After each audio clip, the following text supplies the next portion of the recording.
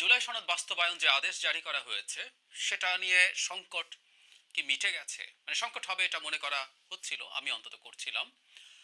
শেষ পর্যন্ত যেসব প্রতিক্রিয়া আমাদের সামনে এসছে তাতে মনে হয় সবাই এক ধরনের উইন উইন সিচুয়েশন মেনে নিয়েছেন বলে কেউ কেউ মনে করছেন। আমার কাছে তা মনে হয়নি। আমার কাছে মনে হয়েছে সংকটটা রয়েই গেল, এবং সেটা কেন রয়ে গেল আমি সেটা বলতে চাই। আমি আমার এই সংক্রান্ত ভিডিওতে বলছিলাম যে কোনো দলই আসলে সন্তোষ পূর্ণাঙ্গভাবে প্রকাশ করবে না। এই সনদ যে জায়গায় গেল, আমি আবারও বলছি স্পষ্টভাবে, এটা বিএনপির বিরুদ্ধে বেশ সিরিয়াসলি গেছে।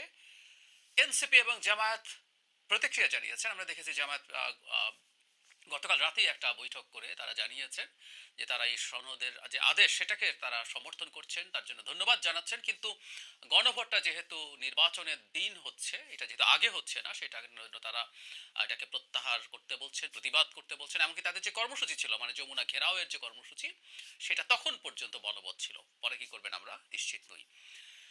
এনসিপিও একই, এই সনদ রাষ্ট্রপতি স্বাক্ষর কেন করেছেন আদেশে, এটা প্রধান উপদেষ্টা কেন করেনি তা নিয়ে অসন্তোষ জানিয়েছেন, বাকিগুলোতে সন্তোষ প্রকাশ করেছেন। অন্যান্য অনেকেই সন্তোষ প্রকাশ করেছেন। আমি বলেছিলাম জামায়াত এবং এনসিপি সন্তোষ প্রকাশ করবে, এটা আসলে তাদের পক্ষেই গেছে। আমি আবারও বলছি, এ দু দল এই যে গেমটা হলো, এই গেমের পার্ট ছিল। ফলে তারা কিছু প্রতিবাদ দেখাবেন, এটা প্রতিবাদের ভান আসলে, এটা করতেই হয়। আমি আবারও একটু ছোট্ট করে বলি, মানে কেন বলছি, তারা যা যা মেনে নিয়েছেন বলে মনে হয় সেটা আদতে কিছু মেনে নেয়া না। খেয়াল করি, গণভোট গণভোট নভেম্বরে হওয়া আর গণভোট যদি নির্বাচনের দিন হয়, তাতে গণভোটের যে কন্টেন্ট আছে তার কোনো গুণগত পরিবর্তন নেই। যেদিনই গণভোট করা হোক না কেন, সেটা আসলে এফেক্টিভনেস, এটাকে যে সংশোধনগুলো হবে এগুলো সাংবিধানিক সংশোধন রিলেটেড। সো এগুলো পরবর্তী সংসদ ছাড়া কোনোভাবে এটা করা সম্ভব না। সুতরাং আগে হোক বা নির্বাচনের দিন হোক, এটা লজিস্টিক্যাল কিছু ইস্যু ছাড়া আসলে কোনো ব্যাপারে, সুতরাং জামাতের যেটা কথা রাখা হয়নি বলে মনে হচ্ছে সেটা অর্থহীন আসলে। একইভাবে এটা এক ধরনের ইমোশনাল অ্যাপিল। এটা নিয়ে যদিও সাংবিধানিক সংকট হতে পারতো, এনসিপি যেটা বলছিল যে এটা প্রধান উপদেষ্টা সাইন করবেন, কারণ এটা গণভ্যুত্থানের যে জনগণের সার্বভৌম ক্ষমতার যে অভিব্যক্তি, সেটা রাষ্ট্রপতি ধারণ করেন না, কারণ তিনি হাসিনার লোক। এটা প্রধান উপদেষ্টাকে করতে হবে। ইনফ্যাক্ট যেই স্বাক্ষর করুক না কেন, আমরা ওই টেকনিক্যালিটিসে ঢুকছি না, যদিও এই আলাপ আছে যে রাষ্ট্রপতি এই ধরনের আদেশ জারি করতে পারেন কিনা এই সাংবিধানিক অবস্থার মধ্যে থেকে, এসব প্রশ্ন আছে। কোনো একদিন সময় করলে হয়তো এটা নিয়েও কথা বলবো। যাই হোক, তো এখন যেই স্বাক্ষর করুক না কেন, দিনের শেষে যে আদেশ আছে, আদেশের কন্টেন্ট কিন্তু একই। ফলে এনসিপি কেও তেমন কিছুই ছাড় দিতে হয় নাই। ঝামেলা বেঁধে গেছে বিএনপির অন্তত কয়েকটা গুরুত্বপূর্ণ নোট অফ ডিসেন্টকে নোট অফ ডিসেন্ট থেকে বাইরে নিয়ে আসা হয়েছে। আমি গতকালই আলাপ করেছি, আপনাদের মনে থাকার কথা। কখতে গ হচ্ছে যেগুলো নোট অফ ডিসেন্টে বাস্তবায়ন করা হবে ফাইন। ঘতে একটা সান্ত্বনা পুরস্কারের মতো যেগুলো বাহির করে নিয়ে আসা হয়েছে, তার বাইরে অন্য যেসব অপ্রধান বিএনপির কাছে, যেসব নোট অফ ডিসেন্ট বা কম গুরুত্বপূর্ণ, সেগুলোর ব্যাপারে বিএনপি যদি ক্ষমতায় যায় তাহলে সে ঠিকঠাক মতো ওইগুলো বাদ দিয়েই করতে পারবে বলা হচ্ছে। এটা একটা ধরনের সান্ত্বনা পুরস্কার ধরিয়ে দেওয়ার মতো। কখতে তত্ত্বাবধায়ক সরকার, যেটার বাস্তবায়নের একটা স্টেজ নিয়ে বিএনপির নোট অফ ডিসেন্ট ছিল, কমিশনগুলোর ক্ষেত্রে, নির্বাচন কমিশন ছাড়া অন্যগুলোর ক্ষেত্রে ছিল, এবং আপার হাউসের পিআর নিয়েছিল। এখন গণভোটের মাধ্যমে বিএনপিকে সেটা করতে হবে। এখন প্রশ্ন হচ্ছে বিএনপি কি মেনে নিয়েছে আসলে? বিএনপি গতকাল সন্ধ্যায় একটা বৈঠক করেছে স্থায়ী কমিটির। সেই বৈঠকের পর তারা একটা স্টেটমেন্ট দিয়েছে। সেই স্টেটমেন্ট পড়ে আমার কাছে মনে হলো BNP for the time being down play করছে। এবং বিএনপির কিছুদিন আগের একটা স্টেটমেন্টকে যদি আমরা এটার সাথে যুক্ত করি, তাহলে আমি মনে করি যে ফর দ্য টাইমিং তারা এক ধরনের সফট অ্যাটিটিউড দেখালেও এই গণভোট তারা সেই অর্থে অ্যাকসেপ্ট করছে না। আমি জানি না, তবে যদি কোনো ধরনের আন্ডারস্ট্যান্ডিং হয়, এটা যে কোনো বিবেচনায় খারাপ হবে না, কিন্তু তাদের স্টেটমেন্ট তা বলে না। কেউ কেউ বলতে পারে এটা এক ধরনের মুখ রক্ষার জন্য, কিন্তু বিএনপি এটা মেনে নেবে আমি আসলে নিশ্চিত নই। স্টেটমেন্টে যেটা হয়েছে, প্রধান উপদেষ্টাকে তারা অভিনন্দন জানিয়েছেন, ধন্যবাদ দিয়েছেন গণভোটটা একই দিন করার জন্য, সেটা ঠিক আছে। কিন্তু যে জায়গাটা তিনি বলছেন, সভায় 17 অক্টোবর ঐক্যমতের ভিত্তিতে স্বাক্ষরিত জুলাই জাতীয় সনদের ওপর জনগণের সম্মতি গ্রহণের জন্য গণভোট অনুষ্ঠান এবং শিগগিরই জাতীয় সংসদ নির্বাচনের আয়োজন করার জন্য সরকার ও নির্বাচন কমিশনের প্রতি আহ্বান জানানো হয়।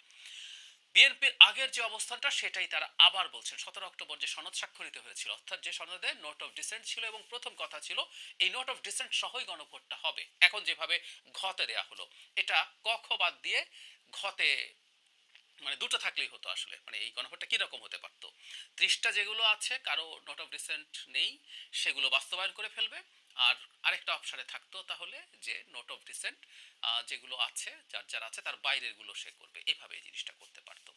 যাই হোক, এখন যে জিনিসটা দাঁড়ালো সেটা হচ্ছে বিএনপি তার 17 অক্টোবরের কথাটা স্মরণ করিয়ে দিচ্ছে।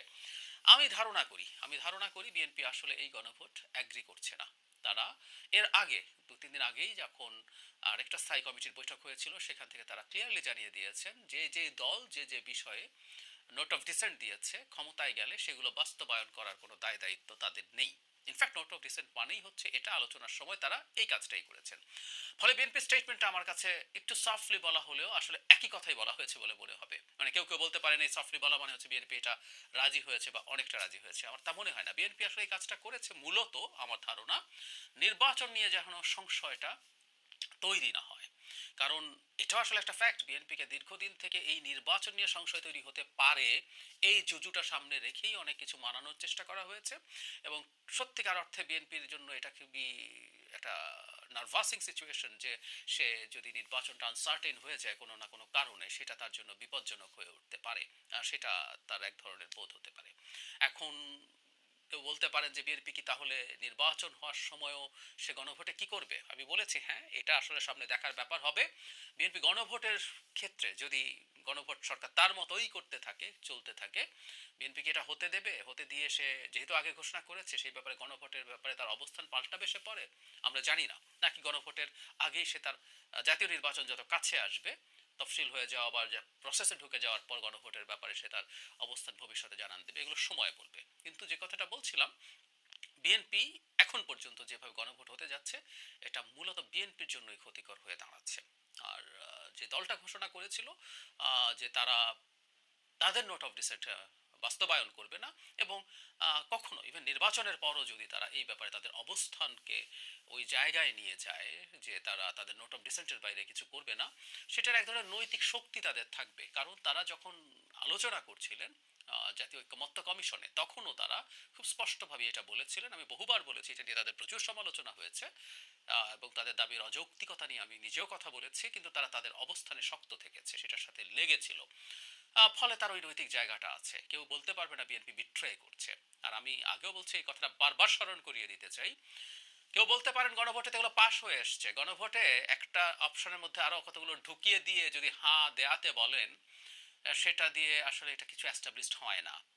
আমি আলাদা একটা ভিডিও করে দেখিয়েছিলাম, বিস্তারিতভাবে আলোচনা করে দেখিয়েছিলাম বিএনপির নোট অফ ডিসেন্ট যেগুলোতে আছে। আইডিয়াল একটা সংবিধান যখন আমরা লিখতে যাই গণপরিষদে, যেটা আলোচনা হয়ে কনস্টিটিউশন তৈরি হয়, ভোটাভুটি হয়ে তৈরি হয় আগে গণপরিষদে, তারপর গণভোটে যায়, এটাই আইডিয়াল প্রসেস।